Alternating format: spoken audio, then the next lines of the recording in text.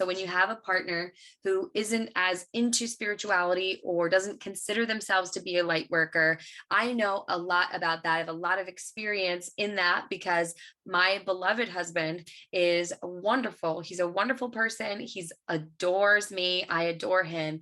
And he believes a lot of the spiritual things, like he believes in the law of attraction. He believes that manifesting is real. He believes in ghosts. He believes in aliens, all of these things in his own way.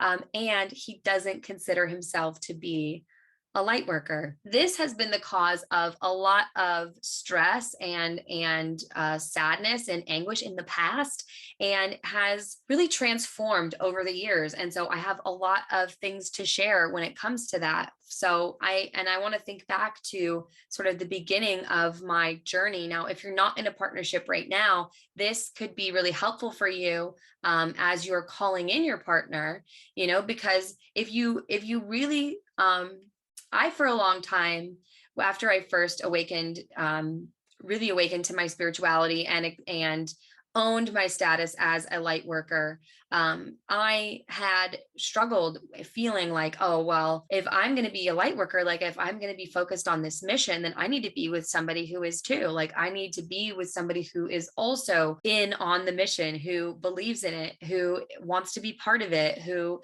is, also creating spiritual or self-development content on the internet. And I really struggled with that for a long time, and feeling like I couldn't like fully be myself around my partner, or feeling like I was living in a little bit of a double life because my partner just wasn't as into it, wasn't as passionate about it as I was. There's other things that he's really passionate about that I'm not. And so for a long time, it was a lot of friction because I felt like, oh, well, I need to be in a relationship with somebody who's also a light worker. But why? Why is that? Why can't we coexist and have two different things that we're passionate about and two things that we're interested in, and focus more on the things that we have in common rather than the things that we don't? And, you look outside of yourself and you see a lot of these people, at least I did, a lot of these people on the internet who are spiritual, they're light workers, and then their partner is also a partner in shine, right? A light worker as well.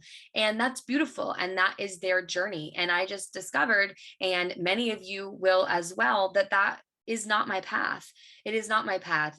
It is my path more so to understand the perspective of someone who is spiritual but isn't into spirituality, if that makes sense. Because if you think about it, when you think about the mass awakening, and you think about the acceleration of consciousness and an awakened humanity, it might not look like everybody sitting around doing tarot readings for each other, right?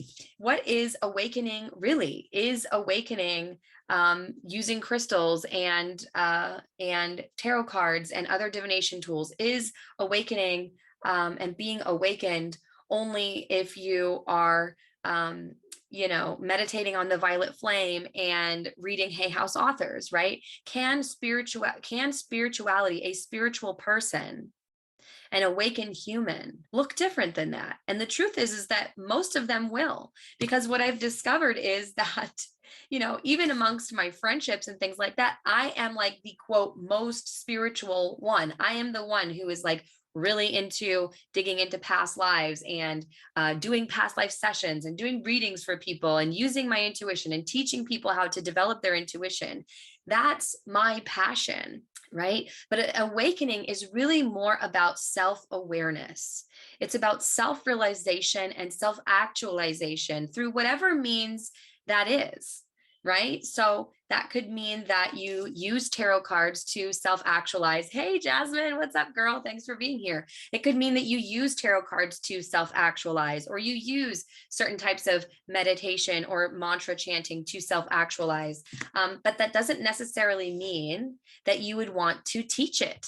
It doesn't necessarily mean that you would want to be of service to humanity in that way. An awakened humanity isn't going to look like that, unfortunately, because those of us who are light workers and who do identify in that way, and I know my friend Jasmine here can relate to this, we have this attachment, or at least I did, had this attachment to, okay, well, at least at one point, everybody's going to be in the spiritual community in a way, right? And it's just not going to be like that.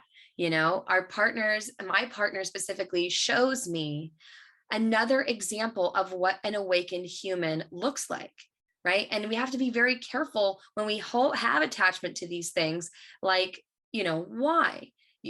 Why do we have attachment to these things? We don't need spirituality to become another religion. We need to allow the awakened humanity, and whatever that is going to look like, to evolve on its own, right? We as light workers are actually doing something that is somewhat counterintuitive. What we're here to do, we are here to make our jobs obsolete so that we are no longer needed, right? Absolutely, can totally relate. Yes.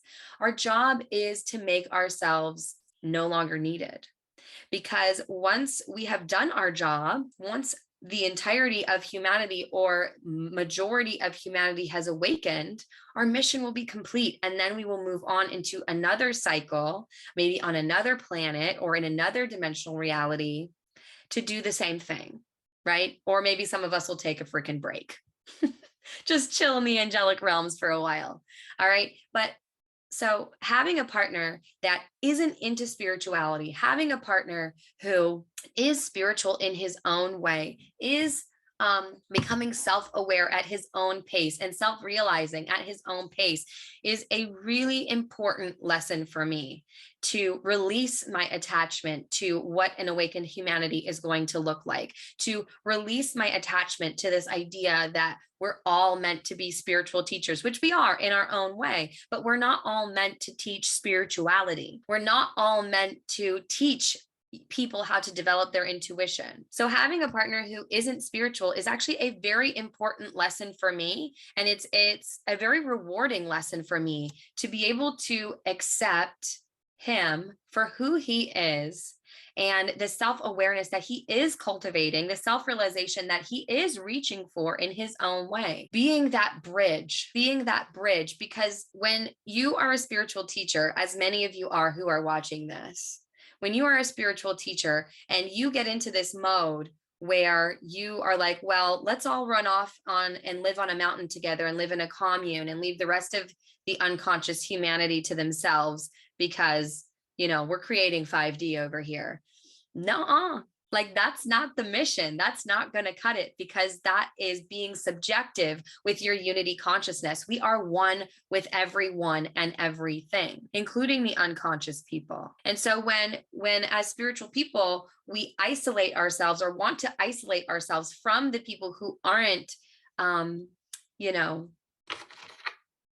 using their chakra crystals and meditating, like that's our job. We get to hold that frequency, and we need to let go of the attachment that other people are going to be doing it. Now, there's plenty of other people. There's plenty more light workers to awaken. There's plenty more light workers that are going to be coming forward, that are going to be awakening and teaching spirituality. And I'm here to help those people. I am here to help the healers and the tarot readers and the spiritual coaches. That's who I'm here to help, is to continue to help you to awaken to a deeper level of your intuition. Such a good reminder. I'm so glad. Continue to awaken to the trust that you can have in your intuition, and the trust that the trust that you have in your intuition can lead to you trusting so many other things, trusting your body fully, trusting other people, trusting the universe, trusting God, having that faith, right? It's super, super important. So if you have any other questions about this topic, please drop it in the chat. I'd be happy to answer that.